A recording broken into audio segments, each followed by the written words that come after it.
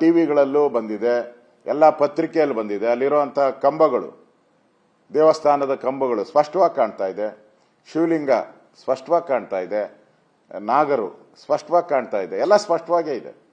ಪ್ರಪಂಚಕ್ಕೆ ಗೊತ್ತಿರುವಂಥದ್ದು, ಪ್ರಪಂಚಕ್ಕೆ ಗೊತ್ತಿರೋ ಹಿಂದೆ ಬ್ರಿಟಿಷರ ಕಾಲದ ಏನು ದಾಖಲೆಗಳಿದೆ ಅದರಲ್ಲೂ ಕೂಡ ಬರೆದಿದ್ದಾರೆ ಅವರು. ಇದು ಔರಂಗಜೇಬು ದಾಳಿ ಮಾಡಿರುವಂಥದ್ದು ಇವೆಲ್ಲನೂ ಕೂಡ ದಾಖಲೆ. ಈಗ ಹೆಂಗೆ ಅಯೋಧ್ಯೆ ರಾಮ ಮಂದಿರ ಕಟ್ಟಿರುವಂಥದ್ದು ಕೋರ್ಟ್ ಆದೇಶದ ಮೇಲೆನೆ ಕಟ್ಟಿರುವಂಥದ್ದು, ಅಲ್ಲಿ ದೊರಕದಂಥ ದಾಖಲೆಗಳು ರಾಮನ ದೇವಸ್ಥಾನ ಒಡೆದಾಕಿ ಕಟ್ಟಿರುವಂಥದ್ದು ಅಂತ ಸ್ಪಷ್ಟವಾಗಿದೆ. ಅದರೆಲ್ಲ ಅಗದಾಗ ಎಲ್ಲ ಸಿಕ್ಕಿರೋದೆಲ್ಲ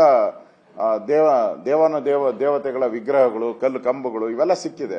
ಇಲ್ಲೂ ಕೂಡ ಅದೇ ತರದ ಒಂದು ಸಮೀಕ್ಷೆ ಮಾಡಿದ್ರೆ ಮುಸಲ್ಮಾನ್ ಸಿಕ್ಕಿದ್ರೆ ಪರ್ಷಿಯಾದ ಯಾವದಾನ ಸಿಕ್ಕಿದ್ರೆ, ಇರಾನ್ ಯಾವದಾನ ಸಿಕ್ಕಿದ್ರೆ, ಇರಾಕ್ದ ಯಾವದಾನ ಸಿಕ್ಕಿದ್ರೆ, ಆಮೇಲೆ ಪರ್ಷಿಯನ್ ಭಾಷೆ ಅವೆಲ್ಲ ಉರ್ದು ಇವೆಲ್ಲ ಸಿಕ್ಕಿದ್ರೆ ಅವ್ರದ್ದು ಅಂತ. ಇಲ್ಲಿ ಕನ್ನಡ ಇದೆ, ಇದರಲ್ಲಿ ಕನ್ನಡದ ಭಾಷೆ ಇದೆ. ಕನ್ನಡ ಏನು ಆಫ್ರಿಕಾ ಭಾಷೆನಾ? ಕನ್ನಡ ಭಾರತದ್ದು. ಅದರಿಂದ ಸ್ಪಷ್ಟವಾಗಿ ಅದು ಹಿಂದೂ ದೇವಾಲಯ ಆಗಿತ್ತು ಅನ್ನೋ ಕುರುಗಳು ಸಿಕ್ಕಿರೋದ್ರಿಂದ ಕೋರ್ಟ್ ಕೊಟ್ಟಿದೆ. ಇವ್ರಿಗೇನಾನ ತಪ್ಪು ಅನ್ನೋದಾದ್ರೆ ಹೈಕೋರ್ಟ್ಗೆ ಹೋಗ್ಲಿ, ಸುಪ್ರೀಂ ಕೋರ್ಟ್ಗೆ ಹೋಗ್ಲಿ, ಅಲ್ಲಿ ತನಿಖೆ ಅದನ್ನ ಏನು ಅಗದು ನೋಡ್ತಾರಲ್ಲ, ಪುರಾತತ್ವ ಇಲಾಖೆಯವರು ಅದನ್ನೆಲ್ಲ ಕ್ಯಾಮ್ರಾ ಹಾಕಿ ಯಾರು ಏನು ಹಿಡ್ದಂಗೆ ನೋಡ್ದಂಗೆ ಎಲ್ಲ ಮಾಡ್ತಾರಲ್ಲ, ಕಣ್ಗಾವಲು ಹಾಕಿ ಎಲ್ಲ ಉತ್ಪನ್ನ ಮಾಡ್ಲಿ, ಒಳಗಡೆ ಏನಿದೆ ನೋಡ್ಲಿ. ಹಿಂದೂ ದೇವಾಲಯ ಇದ್ರೆ ಹಿಂದೂ ದೇವರ ಕೊಡ್ಲಿ, ಪ್ರಶ್ನೆನೇ ಇಲ್ಲ. ಅದೇ ದಾಳಿಕೋರರು ನಮ್ಮ ಮೇಲೆ ದಾಳಿ ಮಾಡಿದಾಗ ಯಾವ್ಯಾವ ದೇವಸ್ಥಾನಗಳು ಒಡೆದಾಕಿದ್ರು ಆ ದೇವಸ್ಥಾನಗಳು ಹಿಂದೂಗಳಿಗೆ ಸೇರಿದ್ವು ಅಂತ ಹಿಂದೂಗಳು ಹೋರಾಟ ಮಾಡ್ತಾ ಇದ್ದಾರೆ.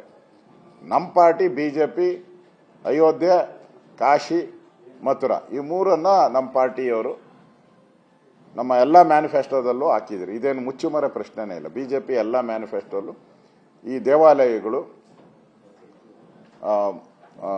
ಮುಸ್ಲಿಂ ದಾಳಿಕೋರರು ಒಡೆದಾಕಿದ್ದಂಥದ್ದು, ಲೂಟಿಕೋರರು ಒಡೆದಾಕಿರೋಂಥದ್ದು, ಅದು ಮತ್ತೆ ಹಿಂದೂಗಳಿಗೆ ಪೂಜೆ ಮಾಡೋಕ್ಕೆ ಅವಕಾಶ ಸಿಗಬೇಕು ಅನ್ನೋದು ನಮ್ಮ ನಿಲುವು. ಮತ್ತೆ ಅದಕ್ಕೆ ಕಾನೂನು ಪ್ರಕಾರ ಏನು ಪ್ರಕ್ರಿಯೆಗಳಿದೆ ನಾನು ಅದು ಮಾಡ್ತೀರಿ. ನಾವು ಕಾನೂನು ಬಿಟ್ಟು ಯಾವುದನ್ನು ಕೇಳ್ತಾ ಇಲ್ಲ. ನಾವು ಕಾನೂನನ್ನು ಬಿಟ್ಟು ಯಾವುದು ಕೇಳಲ್ಲ. ಕಾನೂನು ಪ್ರಕಾರ ಅಲ್ಲಿ ಏನೇನು ತನಿಖೆಗಳು ಮಾಡಬೇಕು ಅದೆಲ್ಲ ತನಿಖೆ ಮಾಡಿ ಅದನ್ನು ಹಿಂದೂಗಳಿಗೆ ಪೂಜೆ ಮಾಡೋಕ್ಕೆ ಅವಕಾಶ ಕೊಡಬೇಕು ಅನ್ನೋದು ನಮ್ಮೆಲ್ಲರ ಬಯಕೆ ಮತ್ತು ಆಗ್ರಹ. ಅನುಕ್ಷಣದ ಸುದ್ದಿಗಳಿಗಾಗಿ ವಿಸ್ತಾರ ನ್ಯೂಸ್ ಯೂಟ್ಯೂಬ್ ಚಾನೆಲ್ ಸಬ್ಸ್ಕ್ರೈಬ್ ಮಾಡಿ.